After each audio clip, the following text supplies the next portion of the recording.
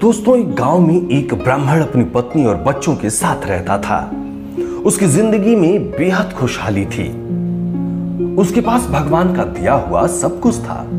सुंदर सुशील पत्नी, होशियार बच्चे, खेत, जमीन, पैसे, सब कुछ। उसकी जमीन भी बेहद उपजाऊ थी, जिसमें वो जो चाहे फसल उगा सकता था। लेकिन एक समस्या थी कि वो खुद बहुत ही ज्यादा आलसी था, कभी काम नहीं करता था। उसकी पत्नी उसे समझा समझा कर थक गई थी कि वो अपना काम खुद करे, खेत पर जाए, लेकिन वो कभी काम नहीं करता था। वो कहता था, मैं कभी काम नहीं करूंगा। उसकी पत्नी उसके आलस्य से बेहद परेशान थी, लेकिन वो चाहकर भी कुछ नहीं कर पाती। एक दिन एक साधु ब्राह्मण के घर आया और ब्राह्मण ने उसका खूब आदर सत्कार किया। खुश होकर सम्मान पूर्वक उसकी सेवा की। साधु ब्राह्मण की सेवा से बेहद प्रसन्न हुआ और खुश होकर साधु ने कहा कि मैं तुम्हारे सम्मान व आदर से बेहद खुश हूं, तुम कोई वरदान मांगो।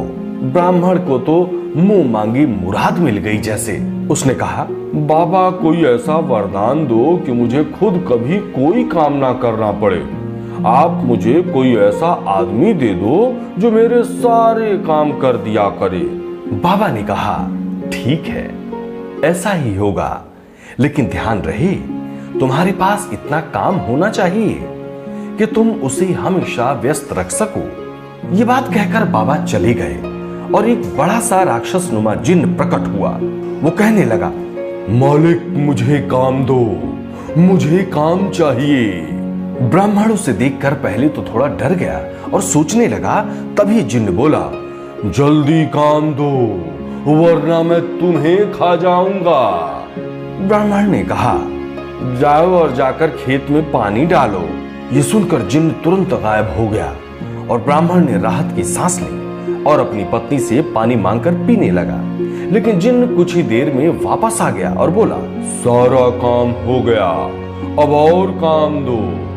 ब्राह्मण घबरा गया और बोला कि अब तुम आराम करो, बाकी काम कल करना है। जिन्न बोला, नहीं, मुझे काम चाहिए वरना मैं तुम्हें खा जाऊंगा। ब्राह्मण सोचने लगा और बोला, तो जाकर खेत जोत लो, इसमें तुम्हें पूरी रात लग जाएगी। जिन्न गायब हो गया। आलसी ब्राह्मण सोचने लगा कि मैं तो बड़ा चतुर हूं। वो अब खाना खाने बैठ गया।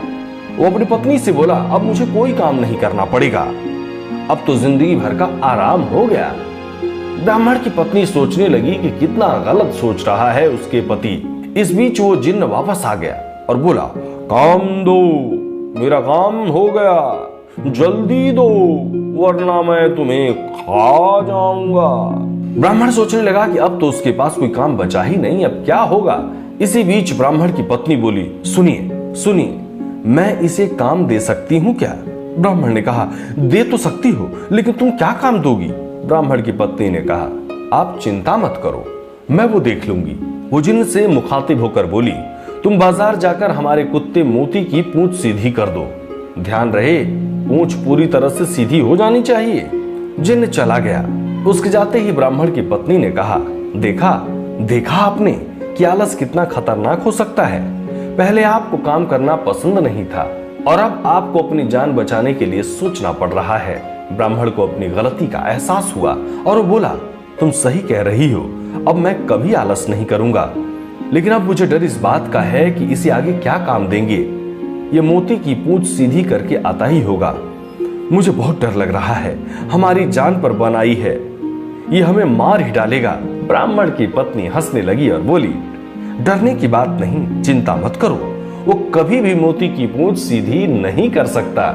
वहां जिन्न लाख कोशिश के बाद भी मोती की पूंछ सीधी नहीं कर पाया। पूंछ छोड़ने के बाद फिर टेढ़ी हो जाती थी। रात भर वो यही करता रहा। ब्राह्मण की पत्नी ने कहा, अब आप मुझसे वादा करो कि कभी आलस नहीं करोगे और अपना काम खुद करोगे। ब्राह्मण ने पत्नी से वादा किया और दोनों चैन से सो गए। अगली सुबह ब्राह्मण खेत जाने के लिए घर से निकला तो देखा जिन्न मोती की पूंछ ही सीधी कर रहा था। उसने जिन्न को छेड़ते हुए पूछा, क्या हुआ, अब तक काम पूरा नहीं हुआ क्या? जल्दी करो, मेरे पास तुम्हारे लिए और भी काम है। जिन्न बोला, मालिक मैं जल्द ही ये काम पूरा कर लूंगा। ब्राह्मण उसकी बात सुनकर हंसते हंसते खेत पर काम करने चला गया और उसके बाद उसने हमेशा के लिए आलस्य त्याग दिया। दोस्तों, इस कहानी से क्या सीख मिलती है? आलस्य ही मनुष्य का सबसे बड़ा शत्रु है।